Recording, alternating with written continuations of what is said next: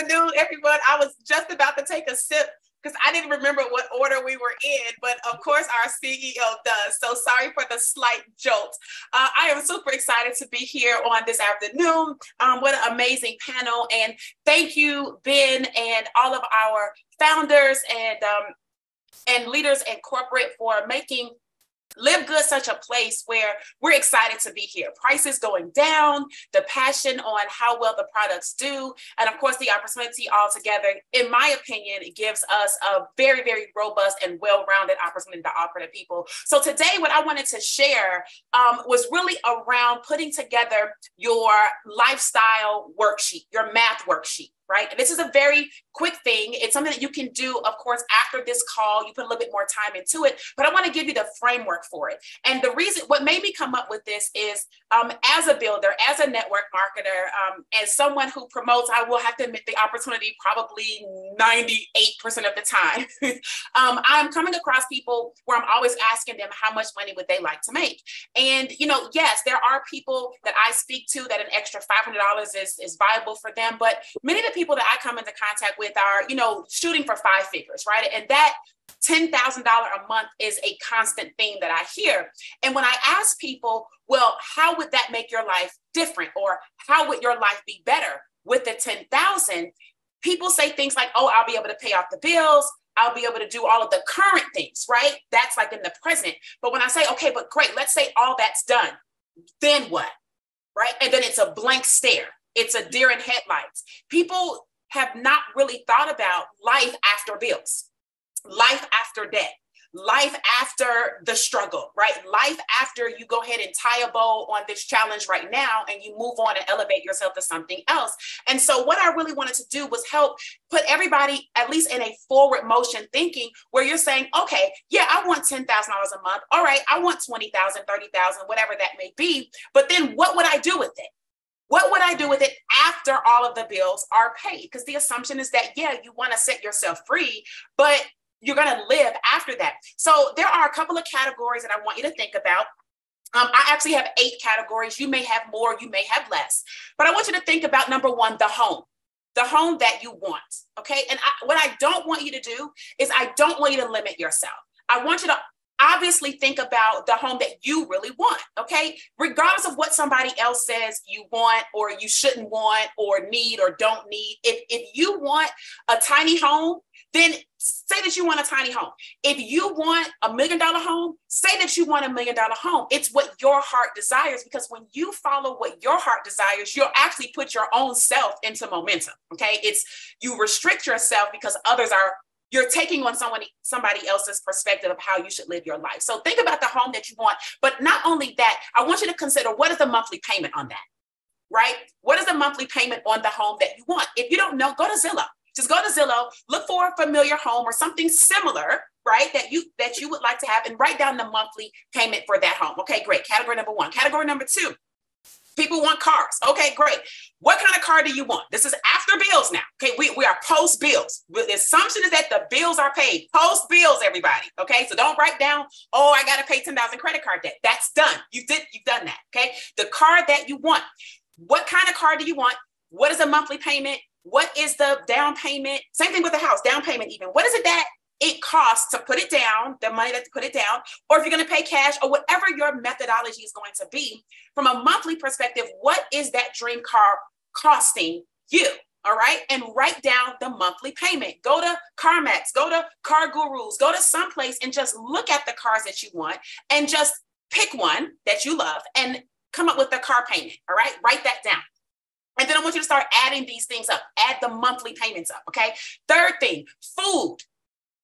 This is a big deal. And this is why LiveGood is so amazing, because when you don't have the money that you want or need, you settle for unhealthy food. They deliberately make unhealthy food cheap and highly available. Yep. And they make the high quality foods sparingly, or you can't find them, or the costs are so high, or to eat out, it's more of a problem, an expense, or to cook at home, getting all the ingredients, knowing how to cook it better, right? The learning curve around some of that, paying for a chef or whatever. Listen, the food, you have to elevate your energy and your vibration, and the food that you put in is going to be a part of how you resonate out here in the world and the kind of people that you attract and the kind of wealth that you attract to yourself, right? So think about the food. Is it vegan? Is it vegetarian? Is it meat? Is it not meat? Whatever it is, think about how many times a month you want to eat it. And don't make this a big, huge thing. Just think, okay, maybe $200 a month, $300 a month, right? Just give it a really quick gauge. I don't want this to be an hour-long exercise. And then how much you would pay for groceries. Like me, I cook, but I'm really, really, really working towards having the chef come in. I do meal preps, but I even hate that now. I don't even want to prep it, or I don't want to do any of that. I just want the chef to do it, okay? Because I just want to eat it, all right? I want my son to come home from school and eat and not have all this other stuff. So food, what is that monthly? Next, fourth category, travel and vacations, right? Let's just say you took a vacation every 4 months, right? Or every 3 months, once a quarter, something like that. All right, how much would you spend on that, right? That would not be a monthly expense. You could break it down monthly, right? But if you just did, let's say, $5,000 per vacation and you did 3 vacations a year, okay, then monthly is about $1,250 you would allot for that, right? So write down your fun, your vacations, you're doing things with your family and things of that sort. Fifth thing would be your health and your fitness, right? So do you have a trainer? Do you have a monthly gym membership? Are you going, like where I live in my building, we have a gym downstairs. I don't have to pay for a membership. So I do my LiveGood stuff in the house and I go to the gym downstairs. It's already a part of what I have to pay for to live in this building, right? Part of the extra little stuff. So how much do you pay for that? Is it $200 a month? Is it $1,000 a month? Whatever it is, write that down. The sixth category for me, right, would be luxury purchases. Because some of you guys, you have to have, I've had really nice stuff, right? I've had diamonds and jewels and this, and I'm not that pressed about it anymore. But if you are, and you just gotta have that Rolex, write that down. I want the Rolex. Or if you just really want that Louis Vuitton luggage to travel, right? Go ahead, write the luggage down.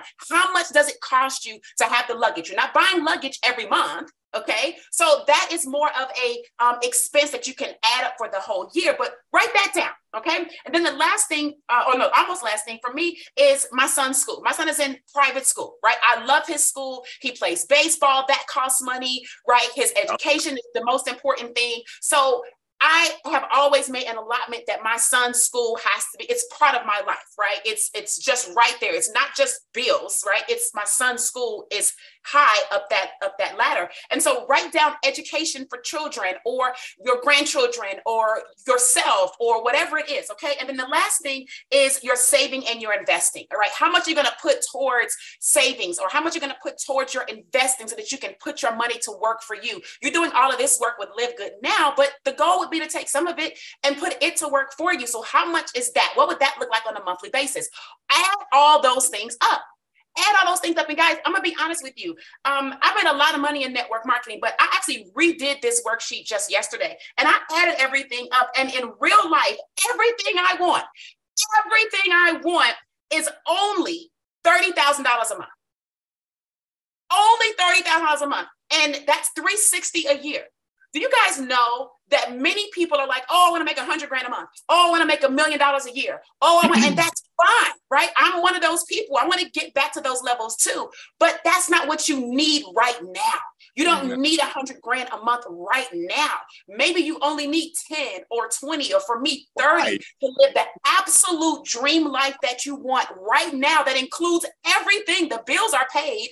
The vacations are done. The school is paid for. The health, the wealth, the house, the cars, everything is done for $30,000 a month. And if you just sit down and you look at what you really need, you can approach your business from a perspective and say, hey, listen, now I believe that when I get to diamond, it's going to change my life.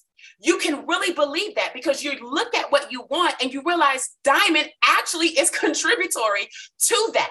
And you can see it and you can start to grasp it and you can start to move more confidently towards it because you have a goal. You have it laid out. And it says, if you write it down, make it plain so that he who sees can run with it. And that is pretty much the method that I wanted to share with everybody today. So not so much marketing, but a little bit of structuring and planning, just putting some numbers down quickly. And hopefully that can help you run towards your goals, see what you need and achieve them even more fervently. So back over to you, Ben. Awesome.